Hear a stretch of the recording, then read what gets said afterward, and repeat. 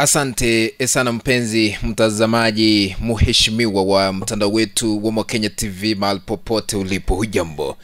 Karibu katika uchanganuzi wa masuala ya kisiasa.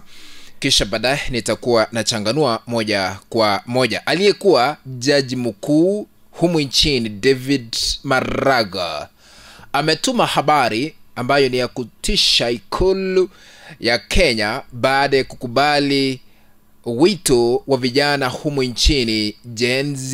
Ni kipi hiki ambacho amezungumza?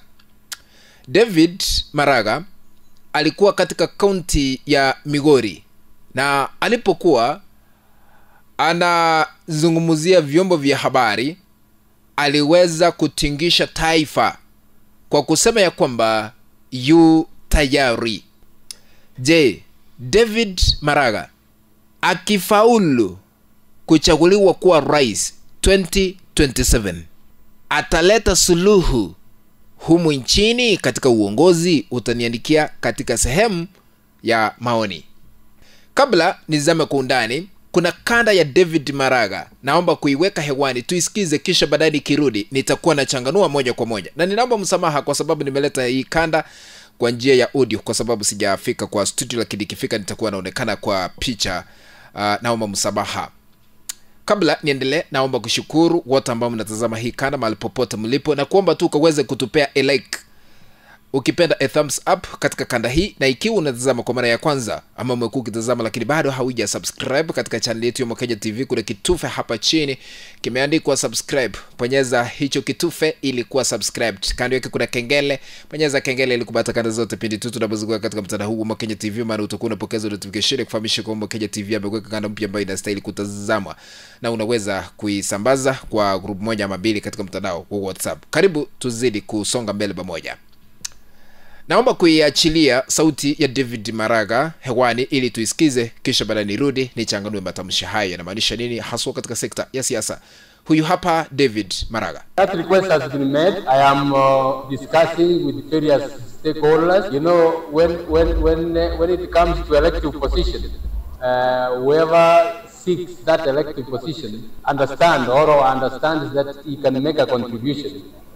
And it is because of that confidence that one can make a decision whether or not he can serve. I have served before the government. I was head of one arm of government. There is no magic about being a head of another arm of government. There are major problems in this country. The main one is budgeted corruption. As a result, the country is not able to have enough resources to deal with the issues. Impunity, people disobeying court orders, some disobeying law without any action being taken against them.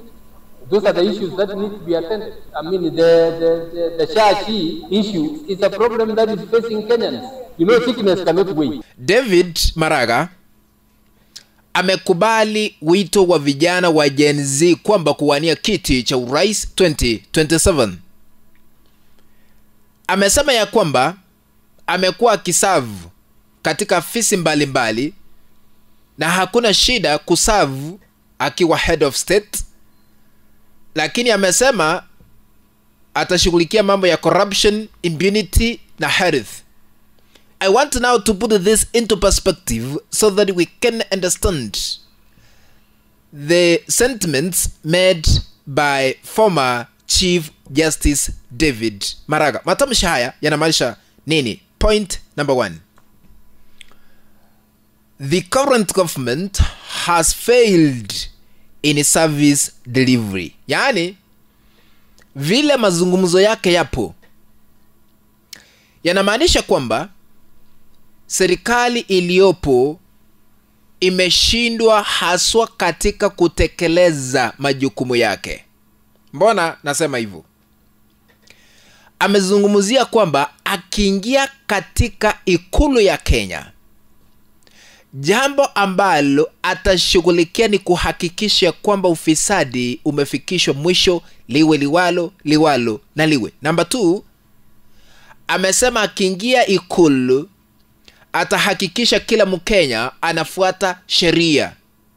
Impunity itashughulikiwa humu nchini. Mambo ya sheria lazima watu wafuate. amezungumzia mambo ya afya. Amesema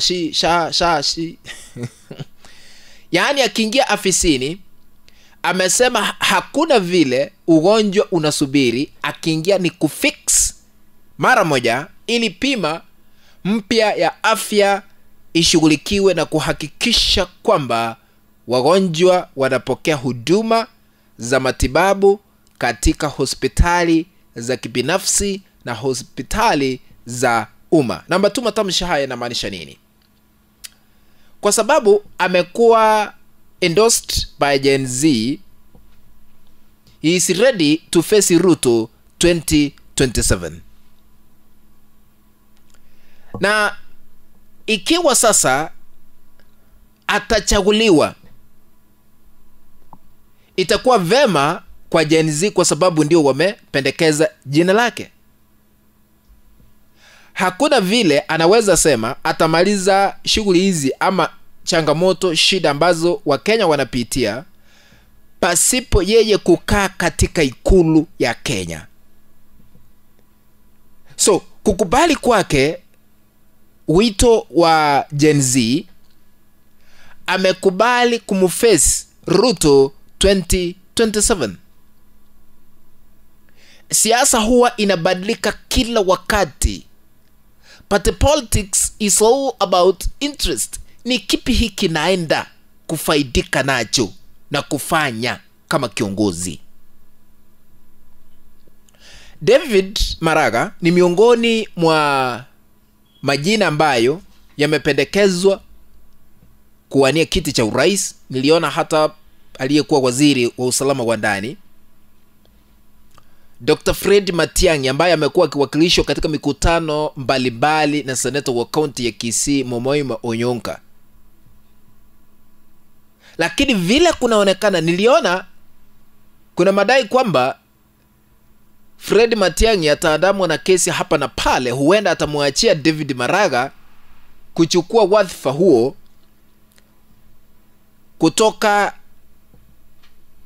jamii ya Omogusi, kubeberusha bendera na kutafuta urafiki katika jamii zingine ili kuchaguliwa 2027. Kwa hivyo ni ishara tosha kwamba atakuwa katika kinyang'anyiro, na amesema atatoa tangazo lake rasmi humu nchini kuhakikisha ya kwamba Kenya imebadilika kutoka sehemu ilipo kuelekea sehemu yenye itanufaisha kila Mkenya. What do you think? Kufikia hapo mpenzi mtazamaji, ndipo natia kikomo katika uchanganuzi wa masuala ya kisiasa. Ikiwa unatazama kwa mara ya kwanza ama umekuwa ukitazama, naomba tu kaweze kutupea like katika kanda hii, na ikiwa hauja subscribe, kunyenyekevu tu subscribe kwa kubonyeza kitufe kiko hapo chini kimeandikwa subscribe. Bonyeza hicho kitufe ili kuwa subscribe, na kadi yake kuna kengele, bonyeza kengele ili kupata kada zote pindi tu tunapoziweka katika mtandao huu wa Mkenya TV. Sambaza hii kana kwa grupu 1 ama 2 3 katika mtandao wa WhatsApp na hata katika mtandao ule mwingine wa Facebook ili tuendelee kujulisha wengi zaidi. Sambaza hii kana kwa grupu 1 ama 2 3 katika mtandao mwingine hapo, na tukutane katika kanda ambayo nitatengeneza hapo baadaye. Bye bye.